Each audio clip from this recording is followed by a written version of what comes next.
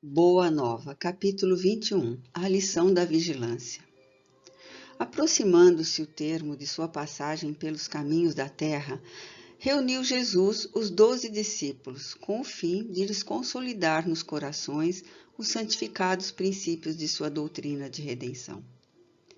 Naquele crepúsculo de ouro, por feliz coincidência, todos se achavam em Cesareia de Filipe, onde a paisagem maravilhosa descansava sob as bênçãos do céu. Jesus fitou serenamente os companheiros e, ao cabo de longa conversação, em que lhes falara confidencialmente dos serviços grandiosos do futuro, perguntou com afetuoso interesse: "E que dizem os homens a meu respeito? De alguma sorte terão compreendido a substância de minhas pregações?" João respondeu que seus amigos o tinham na conta de Elias, que regressara ao cenário do mundo depois de se haver elevado ao céu num carro flamejante. Simão, o Zelote, relatou os dizeres de alguns habitantes de Tiberíades, que acreditavam ser o mestre o mesmo João Batista ressuscitado. Tiago, filho de Cleófas, contou o que ouvira dos judeus na sinagoga, os quais presumiam no Senhor o profeta Jeremias. Jesus escutou-lhe as observações com o habitual carinho e inquiriu: "Os homens se dividem nas suas opiniões, mas vós, os que tendes comungado comigo a todos os instantes, quem dizeis que eu sou?" Certa perplexidade abalou a pequena assembleia. Simão Pedro, porém, deixando perceber que estava impulsionado por uma energia superior, exclamou comovidamente: "Tu és o Cristo, o Salvador, o Filho de Deus vivo." "Bem-aventurado sejas tu, Simão", disse-lhe Jesus, envolvendo-o num amoroso sorriso, "porque não foi a carne que te revelou estas verdades, mas meu Pai que está nos céus. Neste momento, entregaste a Deus o coração e falaste a sua voz. Bendito sejas, pois começas a edificar no Espírito a fonte da fé viva. Sobre essa fé edificarei a minha doutrina de paz e esperança, porque contra ela jamais prevalecerão os enganos desastrosos do mundo."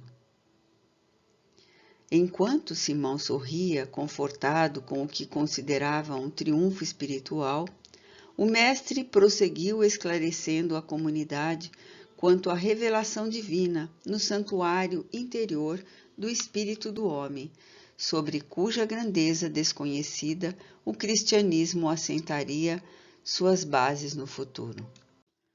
No mesmo instante, preparando os companheiros para os acontecimentos próximos, o Messias continuou dizendo: "Amados, importa que eu vos esclareça o coração, a fim de que as horas tormentosas que se aproximam não cheguem a vos confundir o entendimento. Por intermédio da palavra de Simão, tivestes a claridade reveladora. Cumprindo as profecias da Escritura, sou aquele pastor que vem a Israel com o propósito de reunir as ovelhas tresmalhadas do imenso rebanho. Venho buscar as dracmas perdidas do tesouro de nosso Pai. E qual o pergureiro que não dá testemunho de sua tarefa ao dono do redil? É indispensável, pois, que eu sofra. Não tardará muito o escândalo que há de me envolver em suas malhas sombrias. Faça mister o cumprimento da palavra dos grandes instrutores da revelação dos céus, que me procederam no caminho. Está escrito que eu padeça e não fugirei ao testemunho." Havendo pequena pausa na sua locução, Filipe aproveitou-a para interrogar emocionado: "Mestre, Como pode ser isso, se sois o modelo supremo da bondade? O sofrimento será então o prêmio a vossas obras de amor e sacrifício? Jesus, no entanto, sem trair a serenidade do seu sentimento, retrucou: vim ao mundo para o bom trabalho, e não posso ser outra à vontade, senão a que corresponda aos sábios desígnios daquele que me enviou. Além de tudo, minha ação se dirige aos que estão escravizados no cativeiro do sofrimento, do pecado, da expiação. Instituindo na terra a luta perene contra o mal, tenho de dar o legítimo testemunho dos meus esforços. Na consideração de meus trabalhos, necessitamos ponderar que as palavras dos ensinos somente são justas quando seladas com a plena demonstração dos valores íntimos. Acreditais que um náufrago pudesse sentir o conforto de um companheiro que apenas se limitasse a dirigir-lhe a voz amiga lá na praia em segurança? Para salvá-lo, será indispensável ensinar-lhe o melhor caminho de livrar-se da voragem destruidora, nunca tão só com exortações, mas atirando-se igualmente às ondas, partilhando dos mesmos perigos e sofrimentos.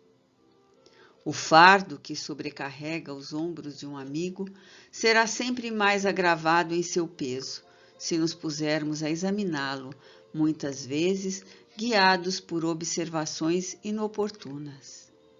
Ele, entretanto, se tornará suave e leve para aquele a quem amamos, se o tomarmos com os nossos esforços sinceros, ensinando-lhe como se pode atenuar-lhe o peso nas curvas do caminho.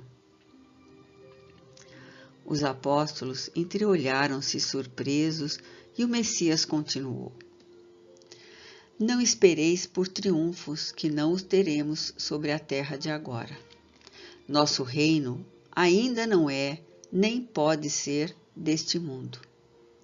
Por essa razão, em breves dias, não obstante as minhas aparentes vitórias, entrarei em Jerusalém para sofrer as mais penosas humilhações. Os príncipes dos sacerdotes me coroarão a fronte com suprema ironia. Serei arrastado pela turba como um simples ladrão. Cuspirão nas minhas faces, dar-me-ão fel e vinagre, quando manifestar sede, para que se cumpram as Escrituras. Experimentarei as angústias mais dolorosas, mas sentirei em todas as circunstâncias o amparo daquele que me enviou. Nos derradeiros e mais difíceis testemunhos, terei meu espírito voltado para o seu amor e conquistarei com o sofrimento a vitória sagrada, porque ensinarei aos menos fortes a passagem pela porta estreita da redenção, revelando a cada criatura que sofre o que é preciso fazer a fim de atravessar as sendas do mundo, demandando as claridades eternas do plano espiritual. O mestre calou-se comovido. A pequena assembleia deixava transparecer sua surpresa indefinível, sem compreender a amplitude das advertências divinas. Foi aí que Simão Pedro, modificando a atitude mental do primeiro momento e deixando-se conduzir na esteira das concepções falíveis do seu sentimento de homem, aproximou-se do Messias e lhe falou em particular: Mestre, convém não exagerardes as vossas palavras. Não podemos acreditar que tereis de sofrer semelhantes martírios. Onde estaria Deus, então, com a justiça dos céus? Os fatos que nos deixais entrever viriam demonstrar que o Pai não é tão justo. Pedro, retira essas palavras, exclamou Jesus com serenidade enérgica. Queres também tentar-me como os adversários do Evangelho? Será que também tu não me entendes, compreendendo somente as coisas dos homens, longe das revelações de Deus? Aparta-te de mim, pois nesse instante falas pelo espírito do mal. Verificando que o pescador se emocionara até as lágrimas, o mestre preparou-se para a retirada e disse aos companheiros: Se alguém quiser vir após mim, renuncie a si mesmo, tome a sua cruz e siga os meus passos. No dia seguinte, a pequena comunidade se punha a caminho, vivamente impressionada com as revelações da véspera. Simão seguia humilde e cabisbaixo. Não conseguia compreender por que motivo fora Jesus tão severo para com ele. Em verdade, ponderara melhor suas expressões irrefletidas e reconhecera que o mestre lhe perdoara, pois observava que eram sinceros o sorriso e o olhar compassivo que o envolviam numa alegria nova. Mas sem poder sopitar suas emoções, o velho discípulo aproximou-se novamente de Jesus e interrogou: Mestre, por que razão mandastes retirar as palavras em que vos demonstrei o meu zelo de discípulo sincero?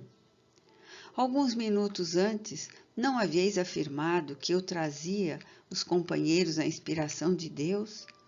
Por que motivo logo após me designáveis como intérprete dos inimigos da luz? Simão, respondeu o mestre bondosamente, ainda não aprendeste toda a extensão da necessidade de vigilância. A criatura na terra precisa aproveitar todas as oportunidades de iluminação interior em sua marcha para Deus. Vigia o teu espírito ao longo do caminho. Basta um pensamento de amor para que te eleves ao céu, mas, na jornada do mundo, também basta às vezes uma palavra fútil ou uma consideração menos digna para que a alma do homem seja conduzida ao campo do estacionamento e ao desespero das trevas, por sua própria imprevidência. Nesse terreno, Pedro, o discípulo do Evangelho terá sempre imenso trabalho a realizar, porque, pelo reino de Deus, é preciso resistir às tentações dos entes mais amados na terra, os quais, embora ocupassem o nosso coração, ainda não podem entender as conquistas santificadas do céu. Acabando Cristo de falar, Simão Pedro calou-se e passou a meditar.